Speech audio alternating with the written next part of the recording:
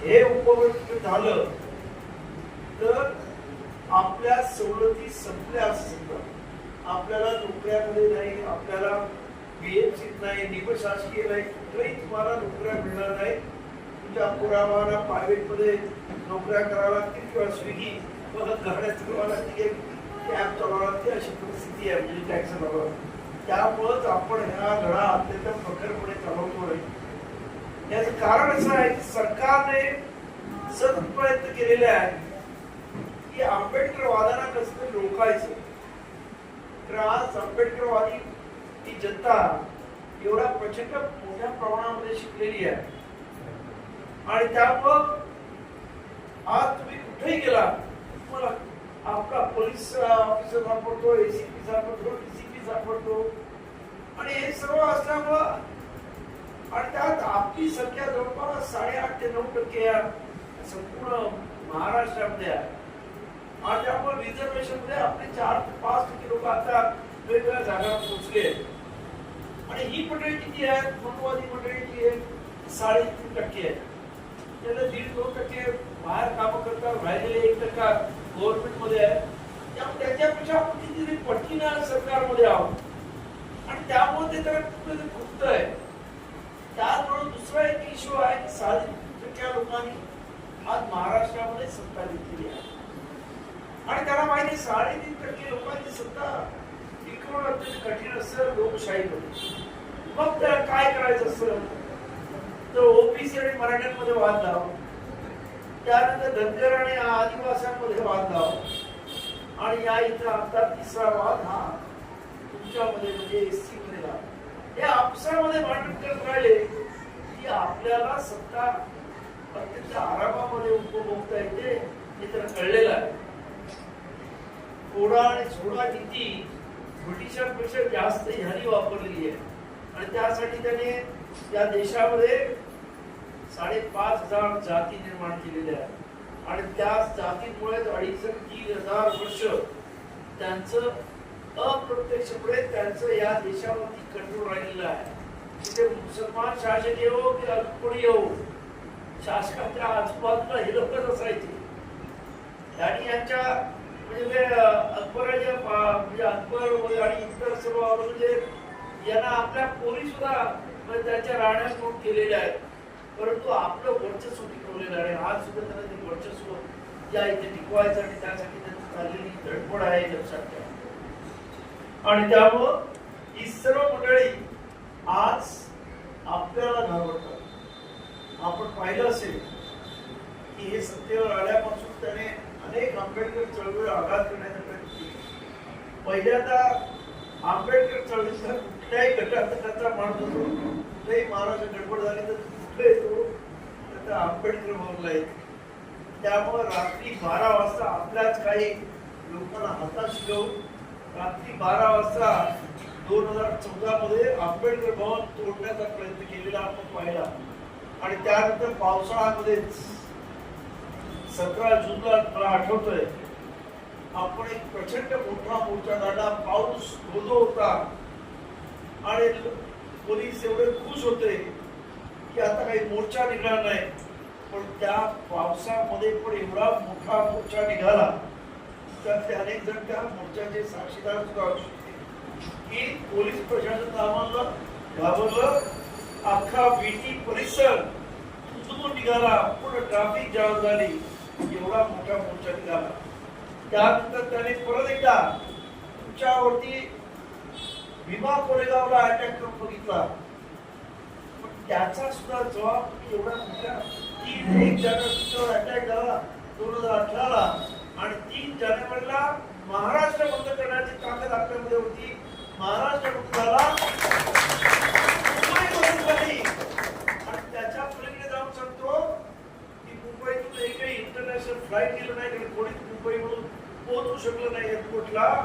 आणि मग अख्ख्या जगामध्ये मुंबईत काय झालं अशी विचारणा करण्यात आली तेव्हा भीमा कोरेगाव अख्ख्या जगामध्ये प्रसिद्ध झालं. त्यांना कळलं की ह्याच्याबरोबर उघडपड आपण शत्रू घेऊ शकत नाही, ह्याच्याबरोबर उघडपड लढू शकत नाही. ह्याच्यातला कोणालाही बरोबर घेतलं तरी सुद्धा त्याच्याशी लढणं शक्य नाही. म्हणून मग काही पाठीमागे राहिलेल्या जातीमधल्या लोकांना त्यांच्या बरोबर घेऊन ते आपल्या बरोबर लढून पाहतात, आपले पाय कापून पाहतायत, आपली प्रगती रोखून पाहतायत आणि त्यासाठी त्यांचं चाललेलं हे षडयंत्र आहे. लक्षात घ्या, त्यांना काय हौस नाही मातंगाला काही पुढे आणायची. त्यांना बिलकुल ते मातंगाचं तोड बघितलं त्याच्यात एक कोणाला मातंगा की तोड बघितलं की त्यांचं भलं होतं. अरे तुझं भलं होत असतं तर त्या मातंगाला कोणी दिल्या असेल तुमच्या धरून तुमची तुझ्या महाराजांना जास्त कोणी देतात ही परिस्थिती आहे. त्यामुळं हे काही खरं नाही. तर ही परिस्थिती आज त्यांना आपलं जे चाललेलं पुढे जाणं आहे ते चुकतंय. आपला समाज ज्या पद्धतीनं आज कोकणी माणूस थोडासा मागे राहिला आहे, पण विदर्भात वगैरे डॉक्टर, इंजिनियर, IAS, IPS सर्वच आपले एकही घर असं सापडतं की जिथं ग्रॅज्युएट नाही आणि सर्वजण मोठ्या सरकारी नोकऱ्यांवर उद्यावर आहेत. आणि हे सर्व त्या नरेंद्र फडणवीसच्या गावामध्ये आहे. ते त्याला फार चुकतं आणि त्याच्यासाठी म्हणून या पद्धतीने तुमचे फक्त कापण्याचा प्रयत्न आणि हे उपवर्गीय झालं तर आपण तुम्हाला सांगतो की रोस्टर पद्धत आणि विद्युत नावामुळे जेव्हा कधी या नोकऱ्या गव्हर्नमेंटच्या निघतील तेव्हा तुमची माणसं ऑलरेडी नोकऱ्यांवर असतील, त्यामुळे तुमचे जागा कधीच भरल्या जाणार नाही. तर ते अनुसूचित मध्ये असणाऱ्या इतर अवगड मधल्या इतर गटाचे लोक भरले जातील. त्यानंतर मग जागा येतील त्या आदिवासीच्या येतील, त्यानंतर येतील ओबीसीच्या येतील, त्यानंतर मग त्या EWS त्यानंतर 25-30 वर्षानंतर तुम्हाला नंबर लागला तर लागला, तोपर्यंत एक पिढी बर्बाद झालेली असेल. तुम्हाला तुमच्या म्हणजे मुलं बाळा तुम्ही तुम्हाला विचारतील तुम्ही शंटासारखं त्यावेळेस का बसला घरात अंडी घालत, ते आनंदराज आंबेडकर मोर्चा काढत होते, तुम्ही घरात बसून काय माशा मारून बसलो.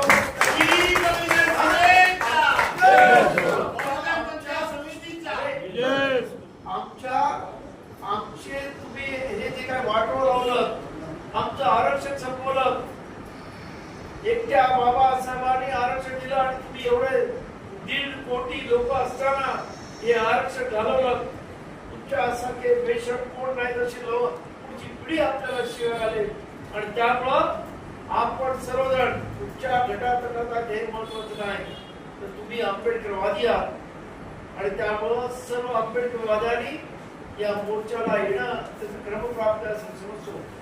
न पुढच्या पिढीचं आपण एक म्हणजे त्यांचं भविष्य आपण शून्य करतो हे लक्षात घ्या.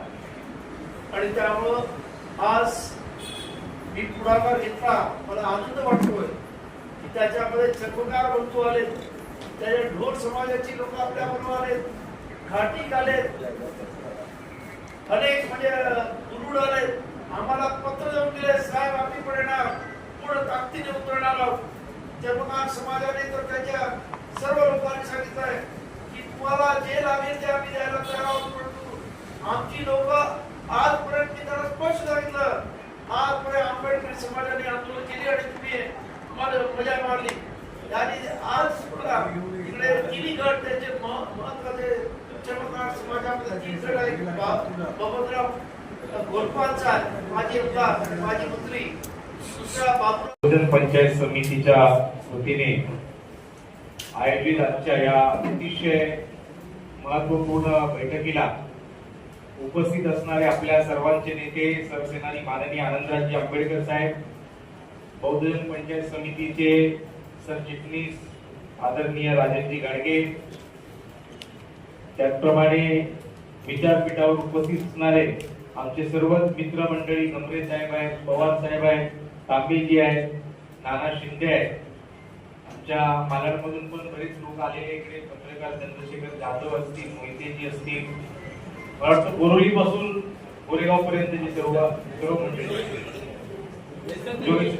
जोगेश्वरी आता ज्यांनी अतिशय म्हणजे सर्व तांत्रिक मुद्दे पोटतिडकीने या ठिकाणी आपल्या समोर मांडले असे संदेश वाघ जी प्राध्यापक आहेत ते, त्यांचा खूप चांगला अभ्यास या विषयावर झालेला आहे. त्याचप्रमाणे अनेक या ठिकाणी चळवळीतले नेते मंडळी, कार्यकर्ते, बौद्ध उपासक, उपासिका उपस्थित आहे. सर्वांना माझं सविनय जय भीम. संदेश वाघ बोलल्यानंतर काही बोलायला पुरत नाही. म्हणजे सर्वच विषयावर ते विस्तृतपणे बोललेले आहे.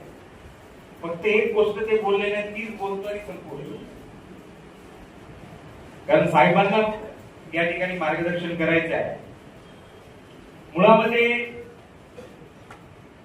हे जे षडयंत्र आहे, हे षडयंत्राचे खरे सूत्रधार कोण आहे? ते आज आपण आपल्या अनुसूचित जातीतली बांधव आहे, आपली एक जात आहे समजा, ते फक्त कठपुतली आहे.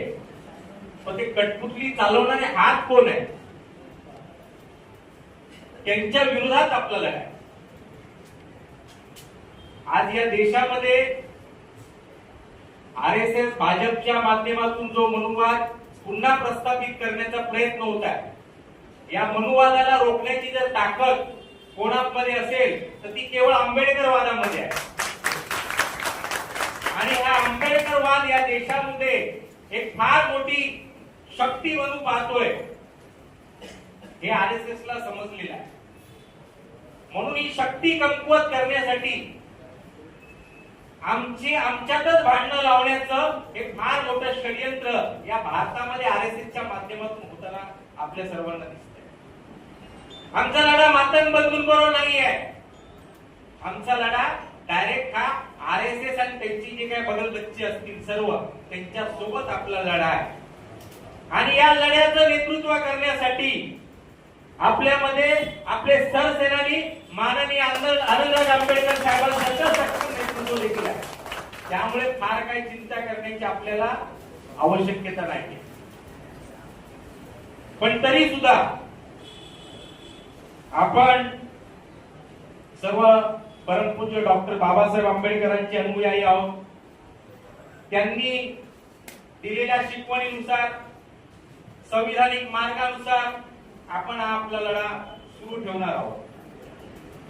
30 तारखेचा मोर्चा